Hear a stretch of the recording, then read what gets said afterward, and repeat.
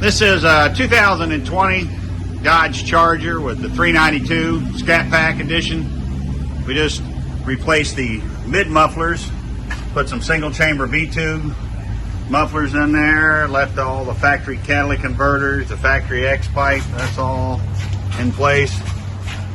Left the factory rear resonators. Let's see what it sounds like.